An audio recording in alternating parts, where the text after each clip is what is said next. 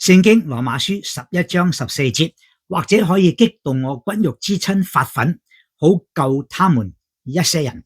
呢個我係當然指保羅，使徒保羅。佢係猶太人，神呼召佢向做外邦人嘅使徒，向外邦人傳福音。佢見到好多外邦人信主，反而佢自己嘅骨肉之親，佢自己嘅猶太民族，當時有好多人唔信耶穌基督。所以保羅話，或者係希望外邦人信主，可以因此激動嗰啲嘅猶太人快信耶穌，去救佢哋一些人。